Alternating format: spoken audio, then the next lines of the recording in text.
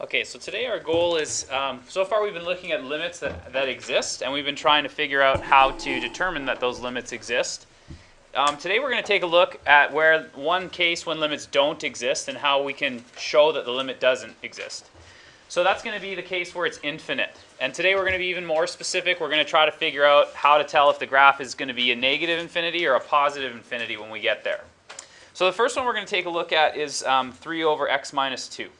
So I'm going to bring it up. If you want to put this in your TI-83, that's where I would start. And you can use your table method. I'm, of course, going to use one of the applets to show you guys on the board.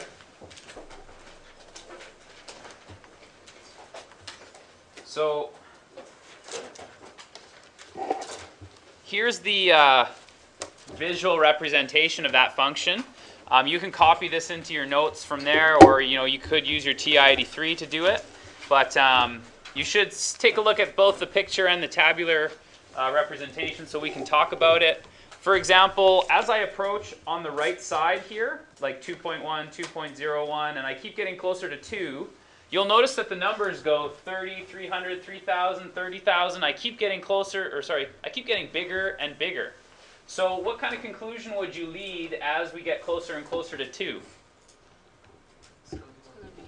It's going to be positive infinity. Yeah, it's going to get infinitely large, and it's going to be a positive number.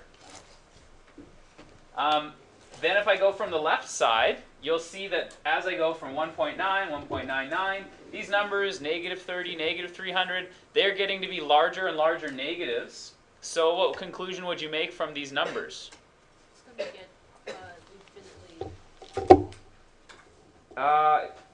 infinitely... It's going to be infinitely small.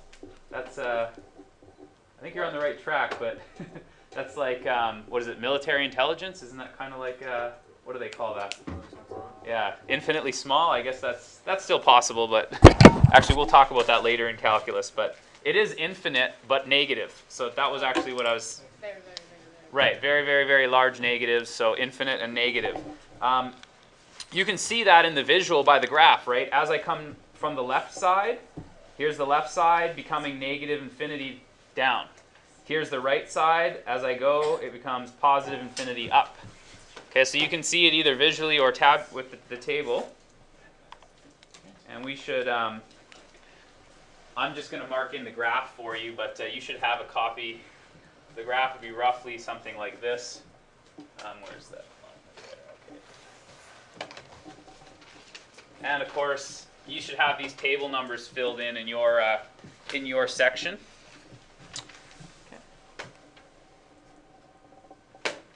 So what we can state from that picture and that table is that the limit as I approach from the left-hand side is negative infinity. And as I approach from the right-hand side, it's going to be positive infinity. It's kind of hard to see. Apparently it's grumpy about the... there's supposed to be a plus sign here. But anyways, doesn't like projecting for some reason. Okay, so we're going to figure out now, we're going to try and build on how do we do this without the graphing calculator to show us the table of values, and how do we do this without a graphing calculator to show us the picture. So to help us out, there's a little theorem in the textbook, the vertical asymptote theorem. Okay, so here's basically what it means. We would call this a rational function. If you have a function that can be represented as a fraction, and the top, this numerator here, if the limit exists and is non-zero, okay, that's really important. It can't be equal to 0. And the bottom limit equals to 0. Okay, so for example, like this would be 3 divided by 0 at x equals 2. This is the case where I have the limit exists and is non-zero for the top. The bottom limit exists and is 0. So there will be an asymptote anytime this happens. The only thing you have to be careful of, this is the punchline when you divide by 0. But remember, there are special interesting things that happen, like 0 divided by 0. Okay, that's more interesting. We may need to do some algebra. There may not be a asymptote there. That might be something like x minus 1 over x squared minus 1. Okay? At the value 1, there's going to be a 0 divided by 0. It'll actually remove that discontinuity. That would be an example where we wouldn't have a vertical asymptote at x equals 1. Okay? Because it's a 0 over 0. So remember that, the infinity over infinity, the 0 over 0. We'll talk more about those interesting cases as we go through the course. But so far, those are the two that I expect you to think a little harder about, is if it's an infinity over infinity or a 0 over 0. We may need to be more creative than just to say, oh, limit doesn't exist. Okay? Today we're going to look at those instances where it's going to be like this first one, a number divided by 0. Okay? So let's start. We'll take a look with our first example. We'd like to know about the asymptotes here, and we would like to know what side of infinity it's going to go up to, positive or negative. So first of all, let's just see if anybody's caught the first part of the lesson. Where should I expect to find asymptotes?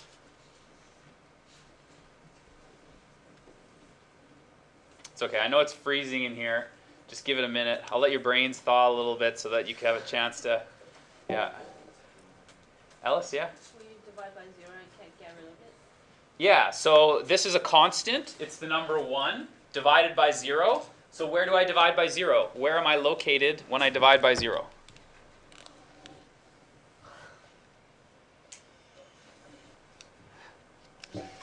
Come on now, I know. James, yeah? When x equals 1 and negative. Yeah, exactly. So the two asymptotes I'm looking at here, when x equals to 1 or negative 2, I'm going to hit a 0 on the denominator. Okay? So what's important for us, there's going to be asymptotes there. What's important for us is to figure out, do these go to positive infinity or negative infinity? We need to know, are these positive numbers or negative numbers in order to answer that question? So here's how we do it. We're going to take all the pieces that affect the sign of the graph. So for example, one piece that changes the sign of this graph is x minus 1. So I'm going to make a little number line here. I'm going to go like this and call this x minus 1. I'm going to look at the other piece that could affect whether it's positive or negative, and that's this one here, x plus 2.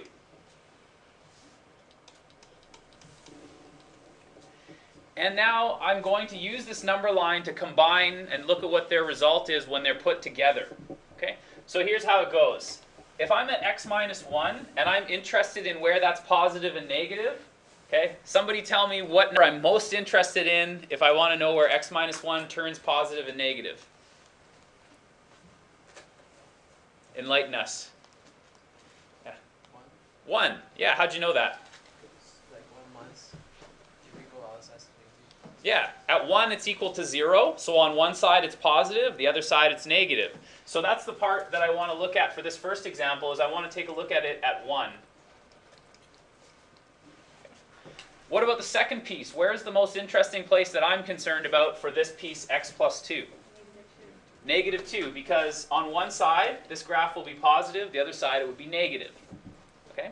So now I've got a few regions, and what I suggest you do in your rough work is remind yourself, it's not these number lines don't work on their own. In this graph, they have to operate together.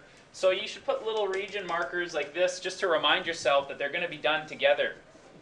Okay, so here's what I'm going to do now to figure out what the sign of the graph is. In the first example here, when I'm less than 1, it's negative. So those pieces are negative. When I'm greater than 1, it is positive. Okay? And I'll repeat this with the second one. When it is less than negative 2, it's negative. When it's greater than negative 2, it's positive. So here's what this tells me. When I put two negatives together and multiply them, what will the result be? Good, okay. It's not too cold in here for that. This would be a negative, and this would be a positive. So that's the end result of this graph. So when we ask, like this first limit here, what's the limit as I approach 1 from the left side? Here is 1 from the left side. Okay? It's going to be negative. So that means, what infinity am I headed towards? I must be headed towards negative infinity. All numbers in this graph are negative in that region. So this would be negative infinity. Okay? If I was heading to 1 from the right side, which infinity would I be headed to? Yeah, positive infinity. Okay, at this time, if I'm going from the right side, okay, that's the positive region right here. So that means I have to be moving towards positive infinity. Okay, so that's how we can predict this without a graphing calculator. That's what I'd like you to try next on your own. Okay, so the second example here, how many pieces do you see when you look at x divided by x squared minus 1? How many pieces could affect whether this graph is positive or negative? All right, hands up then. 1 piece, 2 piece, 3 piece, 4 piece. You could even go up to 5 pieces with one hand. So show me what you think. I won't pick on anybody in particular. How many pieces? 1, 2, 3, 4, or 5? I'm just curious. I want to make sure we're on the right track before we go. Okay, some people said 3, some people said 2, then some people looked at people with 2s and they said 2 and changed their mind. That's fine. In this instance, there's actually 3 pieces that change the sign of the graph. Can anybody that had a 3 enlighten us? Why are there 3 pieces this time? Okay, Ellis, yeah, go ahead. Because there are x minus 1, x plus 2. Right, if we look up here, the first piece is this one, x. The second piece is once I factor this. There's 2 pieces there. So it'll be x plus 1, x minus 1, a total of 3 pieces. Okay, so you work on your own, we'll catch up. Okay, so I'm going to get rid of some of this here just so I have some room, but hopefully you figured out on those pieces. And how many people, can I just see, how many have number lines and signs and everything set up? Good, okay. So those 3 pieces that I had written down were x, x minus 1, and x plus 1.